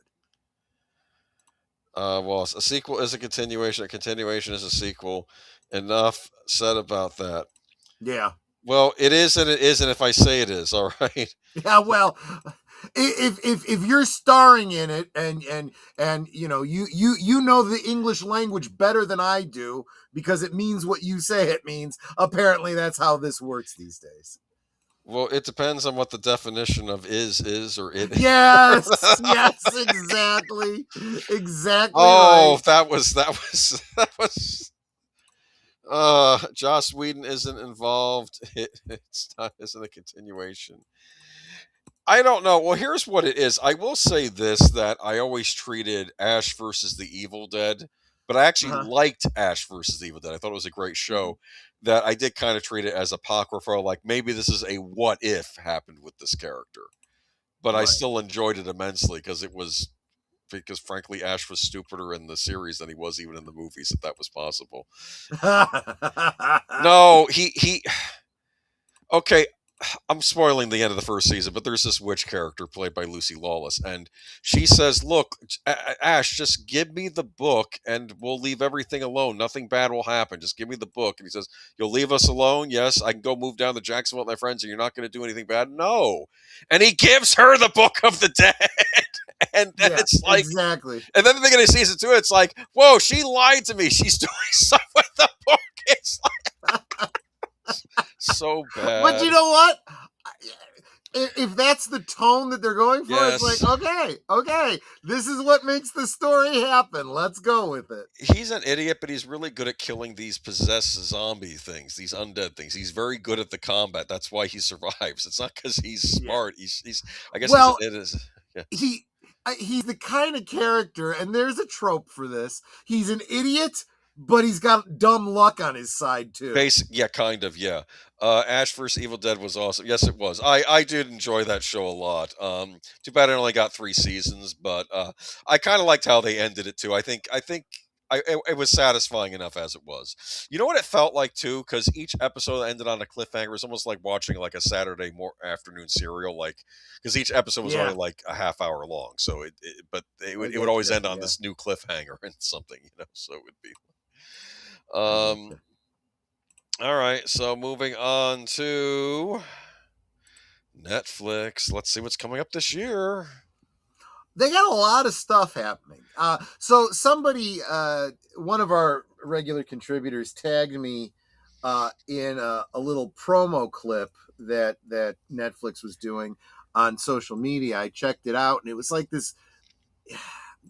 I remember they used to do this on network television. They'd have this little dramatization that would take you through all the different shows that are coming up in the new season. Netflix kind of does this with this this girl who ends up, she goes to a tarot card reading, fortune and teller, gotcha, yeah, okay. Fortune teller, yeah, and she chooses the card, and all kinds of craziness happens, and she ends up falling into all the different shows that are going to be on Netflix. And it's the whole thing was kind of I felt like it was trying to capitalize on the whole what's it called, a Stranger Things thing. So I originally thought this was something related to the spin-off of Stranger Things, and then I realized, oh, they're using like a Stranger Things motif to do, Right. a promo for everything they got coming up. I'm like, okay, I'm not interested in any of this now. I'm done. Yeah. Avatar is going to be garbage. They drove off the creators and kept going. I hate it when they do that. That happened. Yeah. Well, that happened with Henry Cavill in The Witcher. They drove off the actor. Right. Right. Yes. Netflix has officially unveiled its massive slate 2026, featuring the final seasons of heavy hitters like The Witcher and Outer Banks, the return of Stranger Things in animated form, and new movies from Greta Gerwig and Ben Affleck. It's weird. I watched the trailer for that Stranger Things animated, and it's strange because I just finished watching the series, and it's like, well, that sort of had a final ending. Do you understand? To like the thing, it did, and apparently this, yeah. Lynn Green was telling me in the comments of one of the videos where we talked about it. She said, "Oh yeah, no, this is a cartoon with all the main characters taking place between, I don't remember when, seasons 2 and 3, season 2 and 3." And I'm like, why the hell do we need that? We know where it's going. We don't need a cartoon that takes place in that period. If you're not going back and doing the prequel, which is basically the live action play that they're doing in England, right? Or a complete spin-off that has nothing to do with these characters but is set in the same world, who the hell cares? Anyway, yeah, well, I don't know, but who knows? It's either going to be something neat or something not, I guess. I don't know. Three Body Problem Season 2 is coming out. Excited? You like Three Body Problem? Never saw it. Never heard. As the alien invasion nears, humanity prepares on Earth or elsewhere. I think I saw a scene from that. Avatar: Last Airbender Season 2, which apparently they got rid of the main. Yeah. Beef Season 2. Beef. I have no idea what that could be. Bridgerton. I hear the women like that one. The Lincoln Lawyer Season 4. Is that a Grisham novel, as I recall? No idea. One Piece Into the Grand Line. One Piece I heard was decent. That was an anime adaptation. People seem to like that one, but I didn't see it myself. Survival of the Thickest. Michelle Buteau returns as stylist Mavis. I've not heard of any of these things. Sweet Magnolia Season 5. Yeah, I don't know any of this. We're bringing you the news because it's news, but it's up to you to tell us if this is at all meaningful to any of you. Witcher Season 5, the final season. I can't believe that it's gone that long without Henry Cavill. Agatha Christie, Seven Dials. That might be good. A witty mystery set in 1925 England, starring Mia McKenna Bruce and Helena Bonham Carter. Huh? That might interesting. Have they swapped all the genders and probably, races of the characters too? Probably. Yeah, something to look forward to then. Yeah. I don't know. The Burrows, a supernatural series from the Duffer Brothers set in a retirement community. Okay, so the Duffer Brothers are doing. Wow, they're going the opposite of Stranger Things. They're doing retirees. Is that right? Instead I of wonder kids? if there's going to be nods to Cocoon or something like that. Maybe that's what they're thinking. Yeah. That would be great. I'd actually kind of be fired up about that.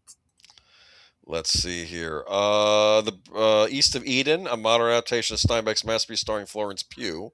You lost me at modern adaptation of. Okay, I'm gonna get you. Legends, UK period drama from Neil Forsyth following customs officers participating in a top secret operation. Sure, it'll be against a certain German group. Anyway, Man on Fire. Yaha Abdul Matin II stars as John Creasy in this series adaptation. Is this based on the Denzel Washington movie? No idea. Remember that one? You ever see that movie? I don't think so. It was the funniest thing. I watched it with my mom. I'm sorry, I'm going off on a tangent here. I think like Denzel Washington plays like he's like ex-CIA or something, but he's hired by this Mexican businessman and to protect his daughter, played by Dakota Fanning. And like he's supposed to be her bodyguard, right? Basically, right? Okay. And he's worried that the cartels are going to kidnap her and hold her for ransom and charge money for him, whatever. So there's one scene in the movie where basically the cartel gets the better of him, shoots him and kidnaps her, and she shoots him, but he's still alive. And then my mom said, they just made a big mistake. And they kind of did, because I'm sorry. At the end of the movie, it says, "We'd like to thank the good people of Mexico City for helping us helping us make this production." I'm like, you're thanking them. You killed all of them. That's what this movie is. It's so bad. It's just Denzel Washington opening up holy hell on these cartel guys throughout the rest of the movie. Let's see. New and returning animated series. Devil May Cry Season 2. I heard the first season was hot garbage. Yeah, I guess the demons were bad in the U.S. military. Were good in the U.S. military. Were the real villains? probably. Probably. Sesame Street, a reimagined series featuring fan favorite segments. What on earth does that mean? You lose me at reimagined, and do not screw around with the with Sesame Street. That screw you guys. No. Everything's in Big Bird's head. He's in an asylum somewhere, and there is no Yeah. Sesame Street, directed by Ryan Johnson. Okay, moving on. Yeah, that Okay. sounds about right. Yeah. Let's see. 11817, a sci-fi thriller about a family being trapped in their home. That sounds neat, huh? That's a movie. Let's see. The Holidays, a time loop holiday film. There you go, a time travel holiday movie, huh? You know, I would really rather see if you're going to do a time travel holiday movie, I want a sequel to Krampus. That'd be interesting. That's a movie I could actually see them doing. I'd be interested if they did do a sequel to that. I know, right? Narnia. Greta Gerwig's adaptation of C.S. Lewis classic. Notice how it's not the Chronicles of Narnia. It's just Narnia. Right. I'm terrified for what they're going to do to Narnia. This is the Barbie director doing Narnia for Netflix. It's going to be hot garbage. I mean, there's just no doubt about it. The Rip, action thriller starring Matt Damon and Ben Affleck. That might be interesting. Apparently that comes out. The Rip, action thriller starring Matt Damon and Ben Affleck, releases January 16th. That's this weekend. Maybe I will check that out. We'll see. Swapped, an animated body swap comedy voiced by Michael B. Jordan. I guess it's like an animated. Maybe that's their next K-pop Demon Hunters, or they're trying to make it be. Documentary films coming. A Gorilla Story, told by David Attenborough. They need to get rid of that guy. Didn't the BBC get rid of him, actually? Don't know. We don't need him narrating things anymore in this modern age. Okay. Let me see here. New international series, Boyfriend on Demand in Korea, a virtual dating rom-com starring Jisoo. Okay, let's ignore. Unscripted reality. Let's see. I'm going to wrap this up. But Love is Blind, season 10. Wasn't that show where the guy's trying to marry the girl and she breaks up with him at the altar because he wasn't full on supporting the BLM movement? Wasn't that Oh, that gosh. event? Remember that? Okay. I don't remember it, but yeah, that doesn't surprise me. Oh, Really. WWE Monday Night Raw. They're going to do weekly live wrestling. Okay. Anyway, I think that's it for Netflix. If I missed anything, apparently a bunch of Major I League wish it was it Baseball for teams. Netflix. I wish Netflix would just freaking go away, but Okay. that's Well, just me. Conan O'Brien. He's Yeah. next. He was the one holdout for not being a dumbass and completely destroying his cred as a host. But nope, he decided he's going all in, and Who? here we go. Who? Conan? Yeah. What do you mean? Okay, let me read this. Comedian and former late night host Conan O'Brien criticized comics who are more focused on screaming about President Donald Trump than on being funny. Well, I think that's a legitimate criticism. Well, that's true. Yes. Yeah, during an interview with the Oxford Union on Tuesday, O'Brien was asked about Trump's impact on comedy. He disagreed with the idea that Trump as president was good for comics, claiming that Trump's habit of talking crazy made it difficult to pin him down for a satire parody. He added that the opposite position, constantly attacking Trump for his comments, also undermines comedy. Some comics go the route of I'm just going to say F Trump all the time, and that's their comedy. And I think, well, Okay. So yeah. I Oh, he I wasn't made saying an that. You assumption- thought he was saying that. I made an assumption based on the headline. Okay, fair enough. Okay, That's like I that's don't. clickbaity. That is clickbaity, I know. though. Yeah, I don't know what his opinion is on Trump personally, but he's just saying that this whole thing of the comedians constantly just going after him all night. He says you've been lulled. It's like a siren lowering you in the rocks. You've been lulled into saying F Trump, and Trump, screw this guy. And I think now you've put down your best weapon, which is being funny, and you've exchanged it for anger. He continued, and that person or any person like that would say, well, things are too serious now. I don't need to be funny. And I think, well, if you're a comedian, you always need to be funny. You just have to find a way, and you have to find a way to channel that anger into a way, because good art will always be a great weapon, whether it'll be perfect weapon against power. If you're just screaming and you're just angry, you've lost your best tool in the toolbox. I mean, I don't know. I remember Bill Maher back in the day. He when he was doing his new rule segments, he did something about Bush, and he says, our next president must have lips, because I guess George W. Bush didn't have real big lips. Okay, but O'Brien is less upfront about whether he believes comedians need to use comedy to address political issues, calling it a tricky situation. The answer to that is no. I have very strong political feelings and views. My comedy is something that I don't have that kind of control over, O'Brien says. In a way, there's so much of what I've done in my life, and that's impulse. O'Brien expressed some strong political feelings during the interview, accusing the FCC chairman, Brendan Carr, of putting his hand on the scale to have Jimmy Kimmel briefly suspended. What did that mean? Oh, the scale of justice. Yeah. But yeah, okay. And like I said, he's probably not a fan of Trump, but he was actually arguing that this incessant late night just going after him has not been good for their brand or their comedy, which I agree with. So Exactly. A lot of people have been saying that, so that's fair. Okay, yeah. I'll continue to accept that Conan maybe is still a worthwhile potential host if you're going to continue this whole network late night thing. They're not going to continue it. It's done. No, it probably is. But if he's smart, though, he's going to continue in this vein so that he can still position for something in the future. So what was Leno? That was Jay Leno. That was NBC, correct? I think so. Yeah. Yeah, and I think Leno said he was stepping down from the Tonight Show, right? Or not the Tonight Show, the whatever show it was. Yeah. And Conan O'Brien was going to take over that spot, and he did. And they gave Jay Leno a primetime show, like I think at 10 o'clock or something. And then people tuned out because they didn't want to watch a late night style show at 10 a.m. or 10 p.m. or 9 p.m. And then Jay Leno said, well, heaven forbid you should stay up late and watch a late night show, but okay. Well, not only that, but Jay Leno, then, you know what he did? He said, well, I want my old spot back. Well, he acted like he didn't do that, but then Conan got kicked out of the spot, and Conan got angry. And I think they were going to give Conan his late spot back, and he's like, no, I'm just done. I'm going to TNT. And then Jay Leno got the spot back, and I think Jay Leno eventually finally left anyway. So it was a big disaster. It was I always liked Conan, though. I thought his gags were funny. When the dust settles, the only night show that will stand up will be Tonight Show with Jimmy Fallon. That's only because of the legacy. Okay, so Fallon took that over. Okay. Fallon. I can't be.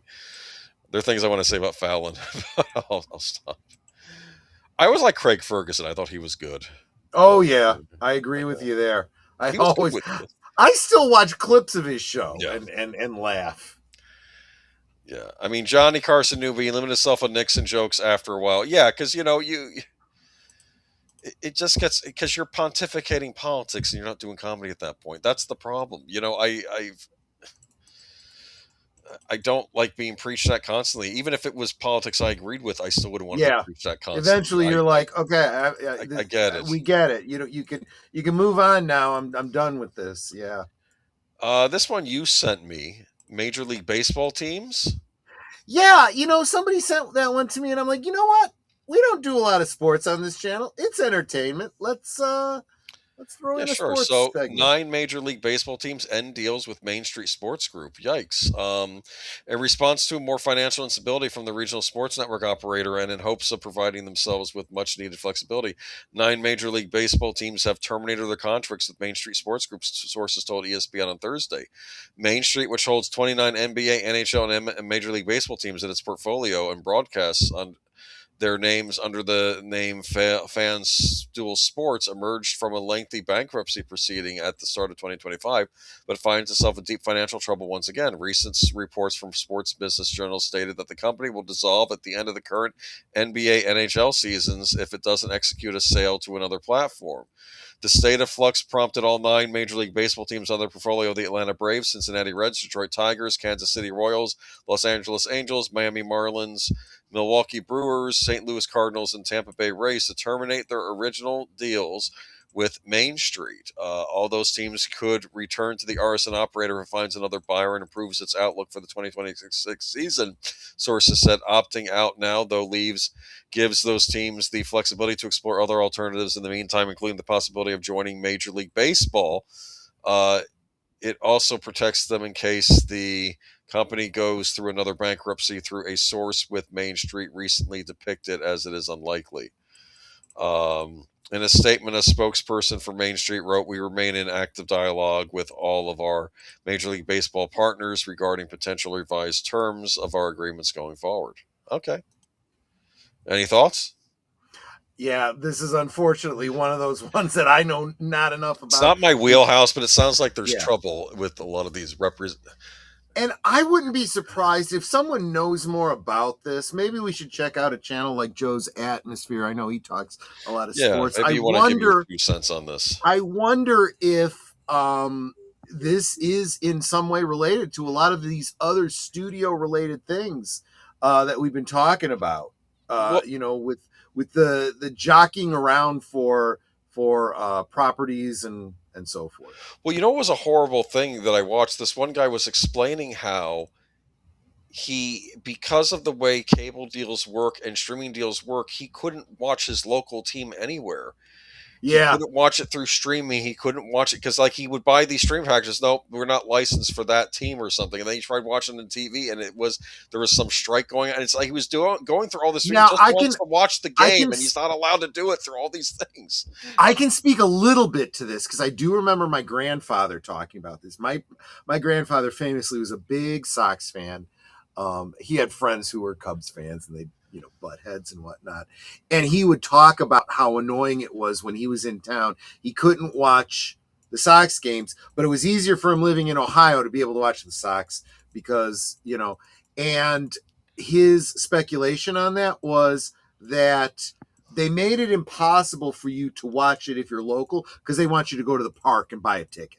I didn't even think about that. That's ridiculous. Well, I don't know. I can't speak to the business model. There's a logical business part of my head that says, I guess I kind of see that. But how many people are actually going to the parks to watch these games, especially in some of the neighborhoods that they're in? Yet they could always preempt Smallville with baseball. That's another great point, that a lot of times there were games that they would have that, I don't know about Smallville, but it was, for me, it was Deep Space Nine. That I too. still haven't seen like half of Deep Space Nine because living in Chicago, it was on WGN, which meant that the Cubs were always, and another reason for me not to. That happened to me with Xena. Oh, yeah? I ended up, because they kept shifting the time on that one. I just gave up on it because I watched it for the first couple seasons, and then it just Xena Warrior Princess with Lucy Lawless. Right. Yep. This is the Uh, second time you've mentioned Lucy Lawless tonight. well, she's a good-looking woman. I don't I'll believe say in that. coincidence. I liked her. I'll be honest with you. I think Yep. she had great eyes. Yes. She had these weird pale blue eyes, even though she had like darker She features. would have That's been, fascinating. if Warner Yep. Brothers hadn't been such dumbasses for so long, she I would know have what you're made a saying. perfect Woman. Wonder Woman, yes. And I at least appreciate the fact when they did that one animated movie, they cast Lucy Lawless as the Yep. voice of Wonder Woman, and they cast Kyle MacLachlan as the voice of Superman, which I thought was interesting. So yeah, that was good picking on that. Moving on to what do we have next? The Wonderful World of Lego. Apparently, this is causing a disruption in the Lego community. Did you know this? No, I didn't. Hold on. I got to bring up the article because I copied the Major League Baseball thing again. Just give me a minute while it slowly loads. There we go.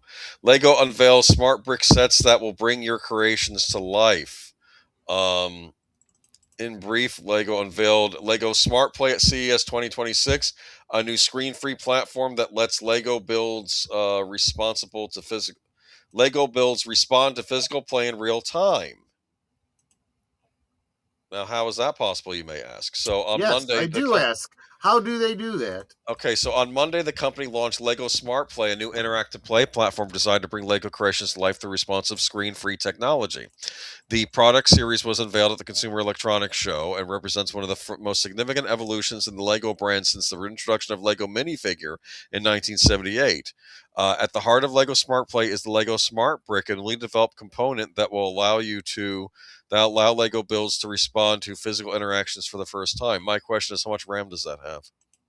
It's a joke. Oh, God, right? The brick contains a custom-made chip smaller than a standard Lego stud and incorporates sensors, accelerometers, light and sound detection, a miniature speaker with an onboard synthesizer, and wireless charging capabilities. Are you for real?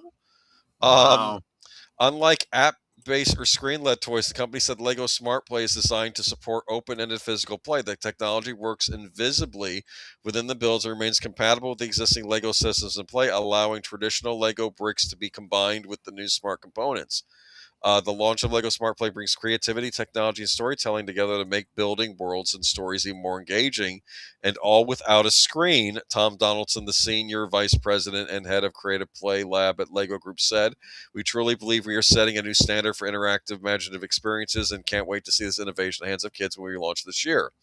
So I guess the first of these sets are the Star Wars sets. Lego Smart Play will make its debut with 3 all-in-one Lego Star Wars building sets. We've worked with our incredible friends at Lucasfilm for over 25 years, and our focus has always remained on creating original, unique experiences for the fan community through our sets. With Lego Smart Play, legendary stories and characters of the Star Wars galaxy to come to life like never before, says Julia Golden, Chief Product and Marketing Officer at Lego. All 3 Star Wars building sets come with a Lego Smart Brick and with a charger for at least one Lego Smart minifigure and Lego Smart Tag. Fans can unlock smart features such as lightsaber hums. You hear that? Yeah. With the smart minifigures of Darth Vader and Luke Skywalker, the engine roar of an A-Wing, or listen to the Imperial March with Emperor Palpatine sitting on his throne. The Lego Star Wars sets will be available for pre-order from January 9th and available to purchase on March 1st, 2026. Could Smart Play appear on Lego Masters? The new Lego arrives at the time when rapid advances in technology are reshaping toys and games. While it's unclear whether Lego Smart Play will appear in the next edition of Lego Masters on Fox, it would certainly expand the types of challenges that the contestants would be able to do. Last year, the network ordered 6th season of the competition show and announced that Nick Cannon would take over as host. Will Arnett hosted the first 5 seasons of Lego Masters. Do you know why Will Arnett hosted it? No. He was the voice of the Lego Batman in the Lego movie. Oh, okay, yeah, Yeah, that makes that sense. makes Sure. sense. Yeah. I don't know. There are some people in the community though they're not happy about this. They want these toys to be technology free. They don't like technology and everything, and they thought Lego was one of these bastions where it's purely not a technologically driven Okay, thing. I understand. I understand that.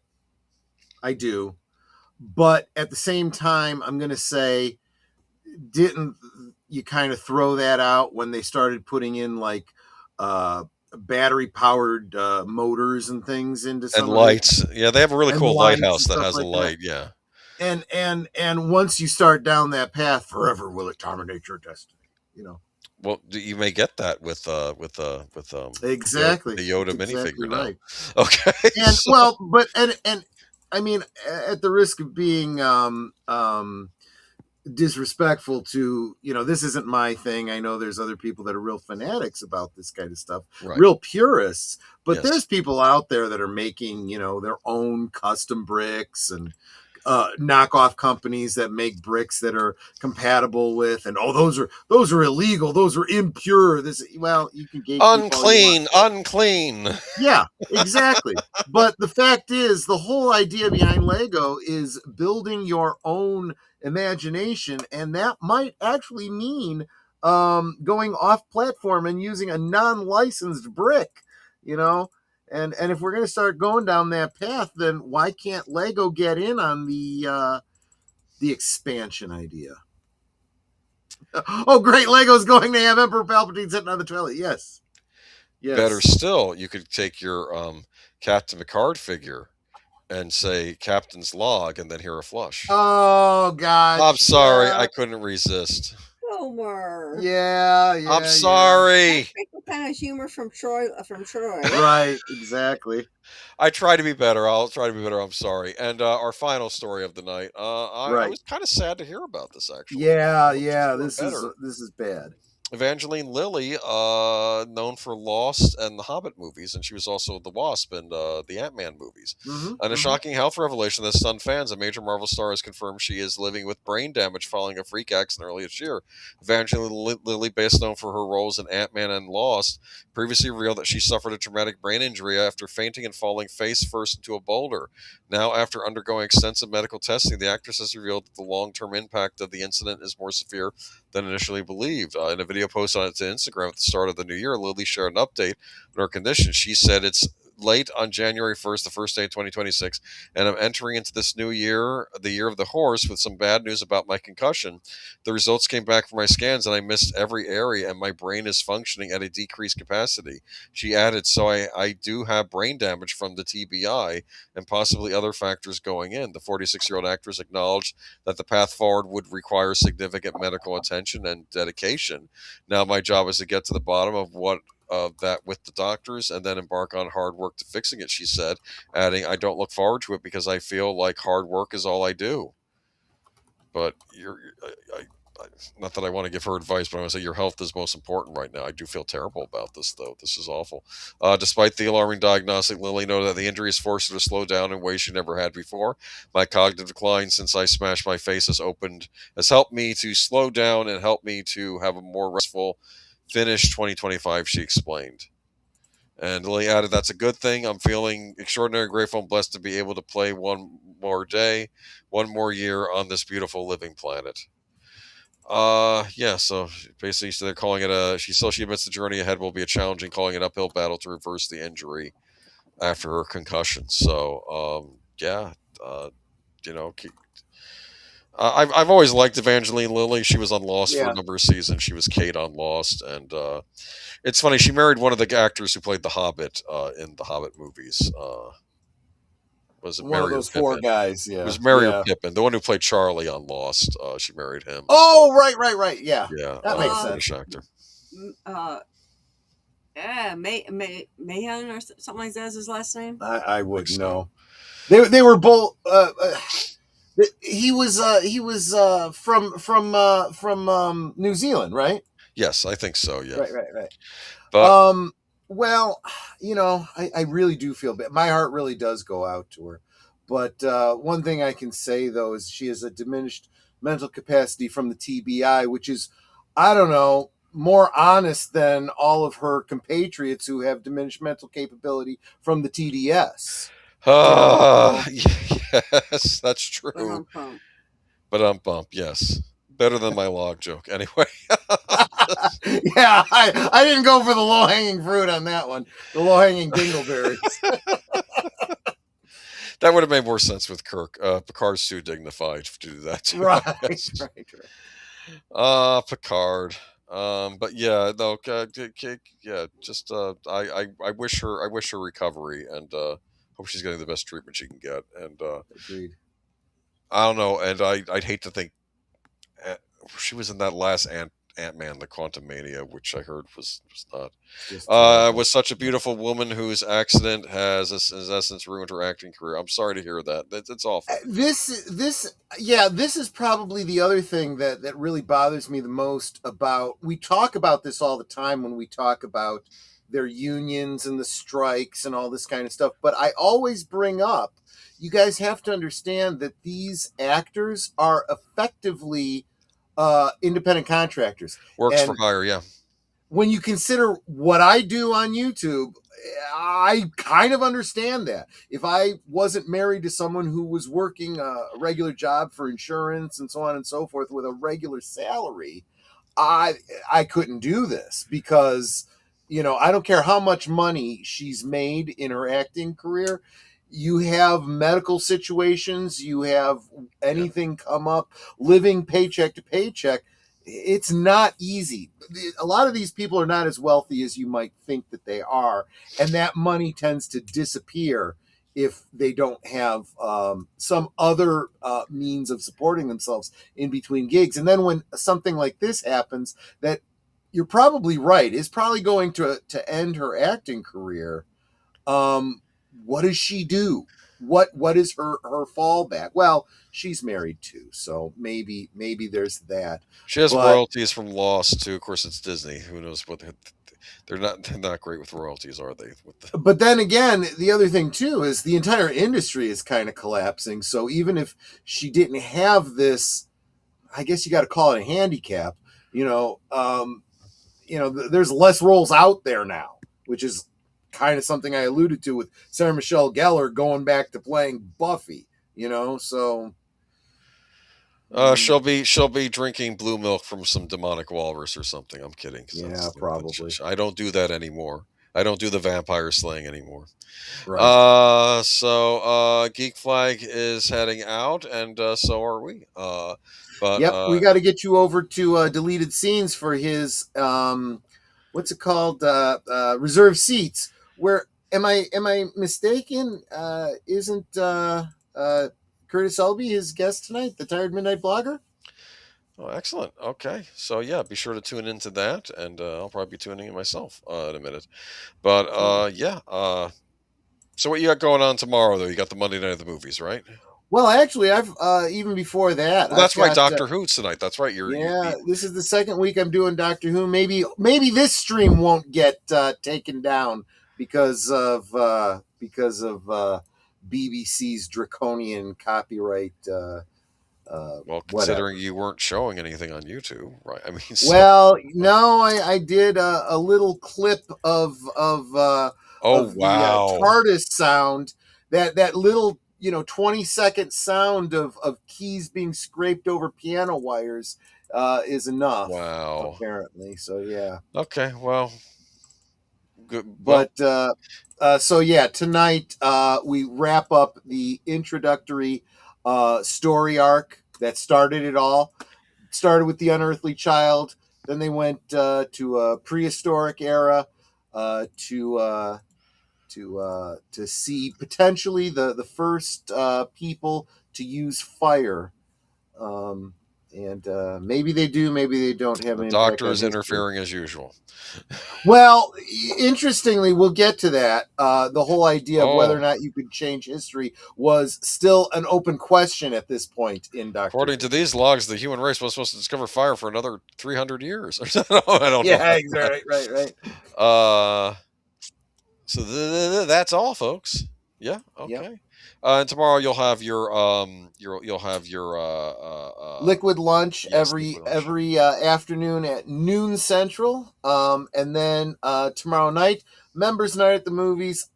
Guys, Tenet won out, so we're going to be watching Tenet tomorrow night. Oh, I'll like to hear what you think of that And later. for my members, I'm going to put up another poll. I think trivia went out last I looked.